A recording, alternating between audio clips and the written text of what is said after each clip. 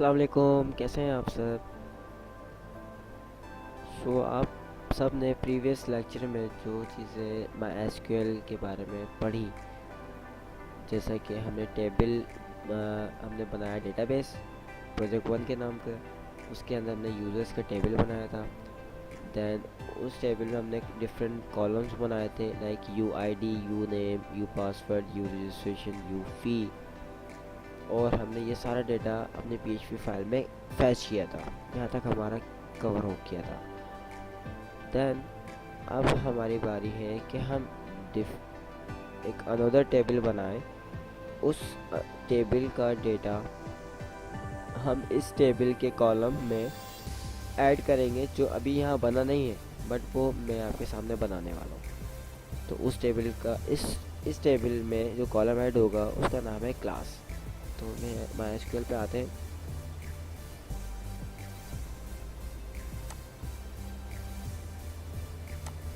और कुछ कॉन्सेप्ट्स आपको देने हैं मुझे।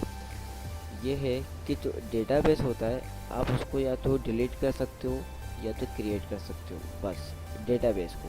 तो डेटाबेस के अंदर जो टेबल है, आप उस टेबल में चेंजिंग कर सकते हैं या ऐड कर सकते हैं टेबल को, या टेबल को ड्रॉप कर सकते हैं, ठीक है। और जो टेबल के अंदर जो डेटा है उसको आप इंसर्ट कर सकते हैं, डिलीट कर सकते हैं, अपडेट कर सकते हैं, सिलेक्ट कर सकते हैं। ये कुछ रूल्स हैं। ओनली टेबल को आप अल्टर कर सकते हैं। अल्टर मतलब चेंजिंग करना, उसको मॉडिफिकेशन, कोई कॉलम मिस हो गया हो या ऐड करना में भूल गए हो, तो अल्टर कीवर्ड के ज़रिए आपने वो कॉलम ऐड कर सकते हैं अपने उस टेबल में, ठीक है। जैसे कि आपको मैं करके दिखाता हूँ अभी।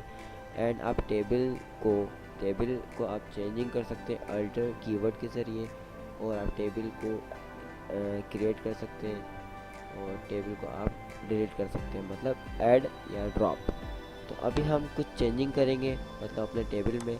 इस टेबल के अंदर जो डिफरेंट कॉलम्स आपको दिख रहे हैं, अब इनके बीच में मुझे एक और कॉलम ऐड करना है, उसका नाम है क्लास। तो जल्दी से मैं MySQL में आते हैं, यहाँ पे अपनी क्यूरी लिखते हैं। क्यूरी का नाम है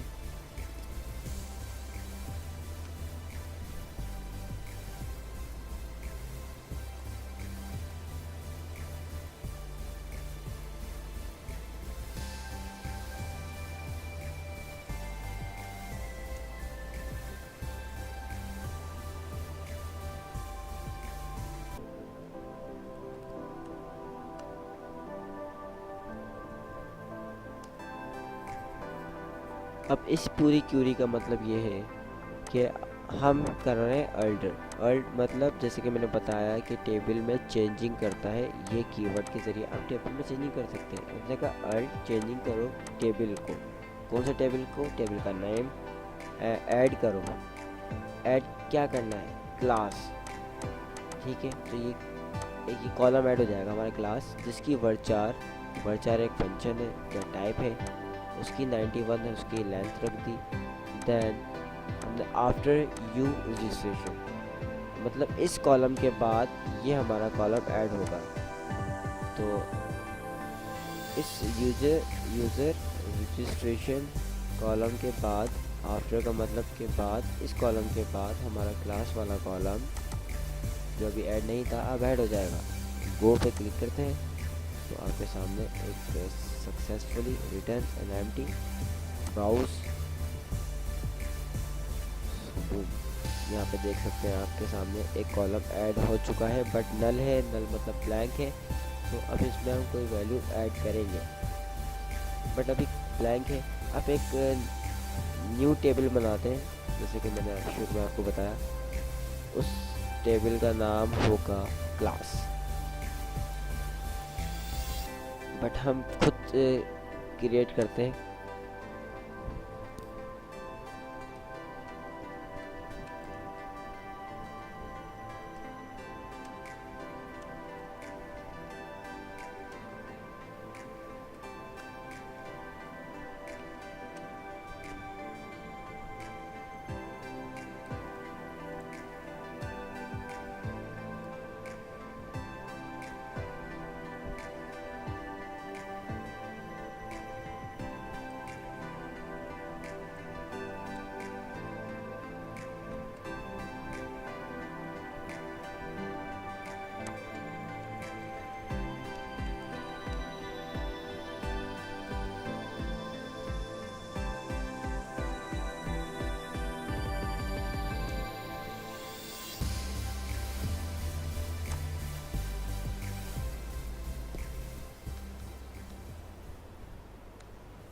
तो यहाँ तक हमारी क्यूरी रेडी हो चुकी है, मतलब हमने टेबल बनाने की क्यूरी ऐड कर दी। अब डायरेक्टली हम करते हैं गो पर क्लिक और हमारा टेबल रेडी क्लास का। अब इसके अंदर कोई क्लास ऐड नहीं है तो जल्दी जल्दी से हम ये ऐड करते हैं।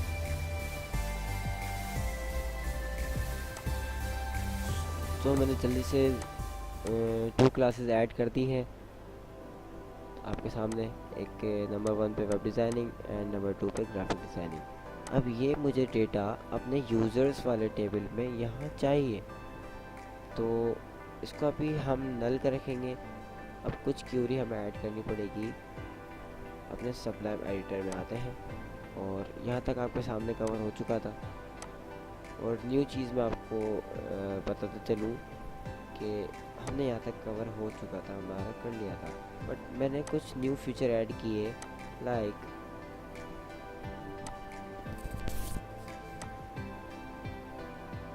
Read data dot php। आपके सामने एक फ़ाइल मौजूद है रीड डेटा डॉट php। इस फाइल में हमने अपना काम किया था, सारा डेटा फैच किया था अपने टेबल से। सो आपके सामने न्यू चीज़ें दिख रही हैं, जैसे कि हमने टोटल फीस का एक ये फीचर ऐड किया और ये बटन्स ऐड किए। तो ये भी मैं आपको बताता हूँ कि कैसे ऐड हुए बटन। और अभी आपके सामने कुछ फीस ब्लैंक आ रही है, ये क्यों आ रही है ये मैं आपको भी बताते हैं, क्योंकि अभी हमने जो कॉलम ऐड किया है उसकी वजह से यहाँ पे प्रॉब्लम आई है। ठीक है, तो हमने भी कॉलम ऐड किया है क्लास का, उसकी वजह से प्रॉब्लम आई है, उसको रिजॉल्व करते हैं जल्दी से। तो अभी हम क्या करते हैं, ये सारा इस क्लास का ऑल डेटा हम अपने सेलेक्ट बॉक्स में रखेंगे। सेलेक्ट एंड ऑप्शंस आपको पता होगा HTML के टैग्स हैं। इस टेबल का सारा डेटा हम उसमें ऐड कर देंगे। तो चलिए देखते हैं कैसे इसको ऐड करना है। तो हम आ गए हैं अपनी insert.php की फ़ाइल पर। अब हम यहाँ से डेटा इंसर्ट करवाएंगे अपने डेटाबेस टेबल में। तो उस डेटाबेस टेबल से हमें डेटा सारा फैच करना है, वो हम कर चुके हैं डेटा फैच, जो कि यहाँ पे हो रहा है हमारा काम रीड डेटा डॉट php में ऑल हमारा फैच हो गया आ रहा डेटा। अब हमें डायनेमिकली डेटा ऐड भी करवाना है डेटाबेस में। तो हमने इनपुट फील्ड ले ली, फॉर्म लिया सबसे पहले तो डिफ, उसके अंदर h2, देन इसके अंदर हमने फॉर्म का टैग और एक्शन सेव डॉट php पे एक्शन मूव करना है हमें। वहाँ पर सारा डेटा यहाँ से इस फाइल में लेके जाना है और मेथड पोस्ट होना चाहिए, पोस्ट रख लिया। और बाकी हमने कुछ नेम फील्ड ले ली, password and registration and fees, ठीक है, एंड अपना सेलेक्ट बॉक्स। तो सेलेक्ट बॉक्स के लिए मैंने कुछ क्यूरी अभी ऐड की है और मैं आपको समझाता हूँ। सेलेक्ट हमने टैग लिया, इसको हमने क्लास नेम दे दी, ठीक है, नेम देना है क्योंकि हमें आपको पता है PHP के ज़रिए किसी भी इनपुट या किसी सेलेक्ट बॉक्स की वैल्यू, किसी चेक बॉक्स की वैल्यू, रेडियो बटन की वैल्यू को गेट करना हो PHP के ज़रिए तो नेम एट्रीब्यूट का यूज़ किया जाता है। तो यहाँ पे नेम एट्रीब्यूट लिया सेलेक्ट के टैग के ओपनिंग टैग में, नेम एट्रीब्यूट के अंदर उस को यहाँ पर हमने नाम मेंशन कर दिया, कुछ भी नाम जो यहाँ से डेटा जाएगा इस नेम के ज़रिए गेट किया जाएगा PHP में, ठीक है। फिर ऑप्शंस लिए हमने, ऑप्शंस में वैल्यू को नल रख दिया, ब्लैंक हटा दें, नो इशू। और बाकी सिलेक्टेड रखा कि बाय डिफ़ॉल्ट सिलेक्टेड रहे और डिसेबल्ड मतलब इसको डिसेबल रहे, इससे कोई सिलेक्ट नहीं कर पाए, ठीक है, इसलिए इसको डिसेबल रख दिया। देन हमने PHP ओपन की, PHP में हमने क्यूरी रन लिखी, select C name from class, मतलब कि क्लास में से क्लास टेबल से सारा डेटा सी नेम कॉलम का डेटा गेट कर लो। उसने गेट कर लिया, ठीक है कि तो हम अपने सबलाइन पे आते हैं। तो ओनली यहाँ पे कुछ और ऐड करना है, C-ID। What is the meaning of C-ID? तो हम अपने आते हैं तो यहाँ पे C-ID, ठीक है।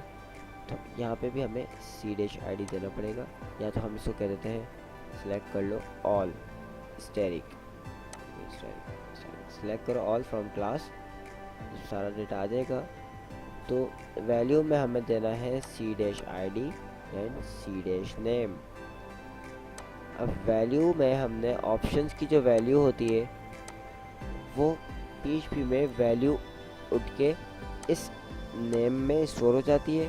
फिर नेम के ज़रिए जितना भी यहाँ से डेटा मूव होता है बटन पे क्लिक होते ही, तो जो वैल्यू सेलेक्ट हुई भी होती है ऑप्शंस में वो इसमें स्टोर हो जाती है। जब रिक्वेस्ट जाती है यहाँ से तो डेटा यहाँ से जो ऑप्शंस में सेलेक्ट हुआ होता है वो यहाँ पे आ जाता है इस नेम एट्रीब्यूट में। जब इसको कॉल करते हैं तो इन ऑप्शंस की वैल्यू में जो भी आईडी गेट होती है उनके मुताबिक जो वहाँ पे वैल्यू मिलेगी ऑप्शंस की, जो क्लास मिलेगी, क्लास नेम मिलेगा, वो हमारे डेटाबेस में स्टोर हो जाएगा। तो देखिए ऑप्शंस हमने टैग लिया, वाइल लूप चल रहा है यहाँ पे कंटिन्यूस, जब तक कंडीशन ट्रू है वाइल लूप जब तक चलता रहेगा। यहाँ पे क्यूरी हमने रन कर दी, ये ऊपर वाली क्यूरी यहाँ पे रन हो गई। यहाँ पे हमारा कंटिन्यूस लूप चल रहा है, माइस्क्यूएल फैच एरेस की फॉर्म में फैच किया जा रहा है, और क्यूरी ये वाली हमारी query variable run query run हो गया।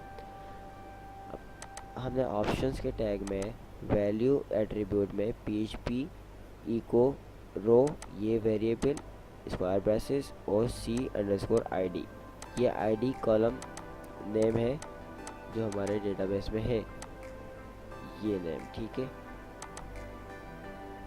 और ऑप्शंस के इनसाइड जो ओपनिंग टैग या ओपनिंग टैग हो गया, ये क्लोजिंग टैग, इसके इनसाइड जो लिखी जाएगी वैल्यू वो क्लास का नेम होगा जो यहाँ पे आ रहा है, क्लास C_name, यहाँ पे मेंशन हो गया C_name।